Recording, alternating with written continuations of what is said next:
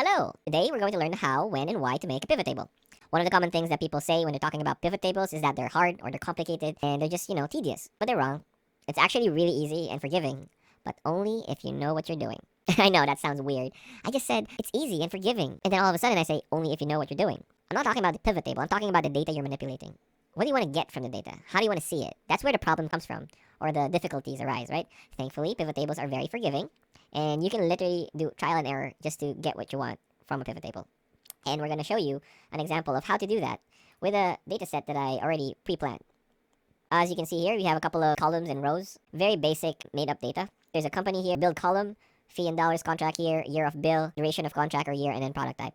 Full disclosure, I haven't seen this data set, so I'm literally not prepared to come up with a huge analysis of this data set. But from this data set alone, I can make a pivot table because I can eyeball what things I might find interesting. And that's really what a pivot table is, right? You want to see the relationship between each of these rows or columns and figure out what you can say about the data, because data will tell you a story. The first step in making a pivot table is having a data set that's arranged in this manner. You need titles. You need a title for each column. And you need rows with data inside. So you can see it's all filled up. It also has to be uniform. If it's all numbers, it has to be all numbers. If it's all dollars, it has to be all dollars. If it's yeses or nos, it'll just make it easier for you. We're going to go through the how. There's a couple ways to do this. The first way is to go and highlight your data set from the upper left, A1 in this case, all the way down to G40.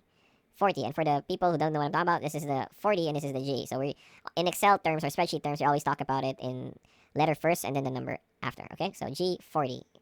So I'm going to highlight everything. I'm going to do insert and I'm going to click pivot table. You can also do a pivot table from here. Just go straight to insert and pivot table and then you just select from table or range. There's also the from external data source, but we're not going to do that right now. It's basically linking from a different Excel sheet or a different website or what have you. So you can do that as well. So we're going to do from table or range. And I already selected it a while ago, so you can change it here if you don't have it already or you didn't highlight it. You can choose to make a new worksheet, which is like what people usually do, or you can put it in the existing worksheet. In this case, if it's the existing worksheet, make sure to select a cell. It doesn't have to be the whole table, just select a cell where it starts. All right, so that's it. So I'm going to do a new worksheet for this one. There's another tab here or a checkbox that I'm ignoring, but we're going to keep ignoring that. It's just choosing whether you want to analyze multiple tables and adding this data to the data model. We don't need to do that for this basic video. So I'm going to click OK. And now you can see the beauty of pivot tables. You'll see a pivot table chart on the left side and all of the checkboxes, company, build, fee, and rows. If you're, pretty observant, you'll see that these are the column names. So if you go back to your data set, sheet 1, these are the title of your columns, or the column headers. That's why you always have to have a name in it so that you can select it as a data set. So these are called characteristics. I think they call it something different, but I call it characteristics. These are factors where you can get your data from and manipulate your pivot table. Pivot table is called a pivot table. It's a matrix and you can pivot little characteristics. Again, this is not the official story of why they're called that way. This is my interpretation and it makes it easier for me to understand. So this is just me telling you what is, what makes sense. And basically, you're trying to put the characteristic on a table. If it's a physical table, you're going to put the ingredients of different things and then you're going to come up with something. The pivot table on the left side, this is actually the culmination of the dish or the food that you've mixed together and cooked, right? And the ingredients are right here. 4 boxes that you see here, these are where you can drop them in, and this is what will form your data set. So let's try to do something random. Let's do company in a column. All of the things here under column and put a grand total.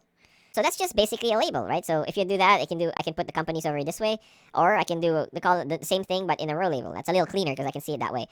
Whatever, however you want your data to be presented. Remember, it doesn't matter. Like columns or rows, it doesn't matter. What matters most is how you want it to look like. And if you make a mistake, you can easily drop it here back and forth like that. So I'm just literally dragging it and dropping it like this. That's it.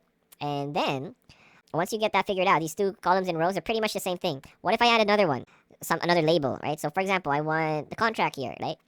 So if I add the contract year on the same row or the same data set, it will give me, or it will break down the companies by row or the subtype. So basically, it's gonna be on the same level hierarchy. Let's see what that looks like. It's better if you see what that looks like. So you'll see underneath each of these rows or companies, you'll see the years that they have available, right?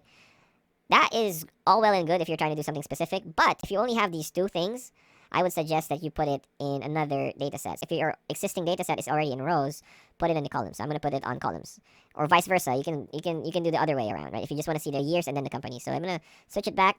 Now you have a table, right? So it's still blank.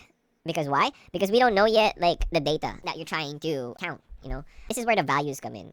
There are also a couple of ways you can manipulate the columns and rows, but it's not as complicated as values, in my opinion. So, for example, we're talking about value. So if you try to do the company here as a value, it will just give you a count of the companies for that year. How many companies are there in 2016, 17, 18, and 19? And then if I drop it down and manipulate this even further, I'm going to click value field settings on it. And then I can do a sum. But that doesn't make sense because that's just basically the companies. And it's a text, so it's not going to do anything. It's just going to be a 0 right there. So I'm not going to do that. I'm going to do a count instead, right?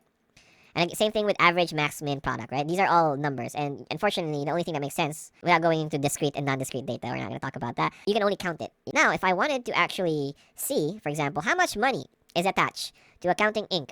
In 2016 or 17 or whatever year they made money, if you go back to your data set, and this is where it's forgiving. You will have a chance to figure out like what you want to come up with. And in this case, we want to see fees and dollars, right? So we want to see the dollar signs over here. So we just want to do that. So I'm going to put the fees in dollars. I'm going to literally just drag drop it over here. Excel is usually smart enough to figure out if you want the count or the sum. Since it's a number, it's going to be a sum. So if I do it there, it's going to be automatically sum. And then it's kind of like weird for me. So I'm going to just do a quick format.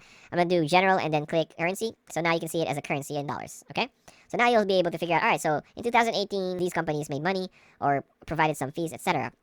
And that's it. Give you a snippet of when and why. When, to make a pivot table, is when you want to present something and you're given a lot of data sets and or columns and rows and stuff. You basically want to be able to consolidate that data into like something you can digest. Why to make a pivot table? Why to make a pivot table is the same as kind of when to make it and how to make it. Why basically is because it's easier. It's easier than going through all of this and mapping out and identifying every single thing here and trying to figure out and the same. If you try to do the same thing that we just did on the pivot table, identify what companies made money in 2016, you literally have to type 2016 here, and then you're gonna have to manually type Great Tech.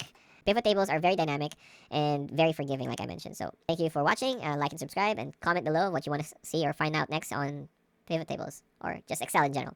Thank you. Bye.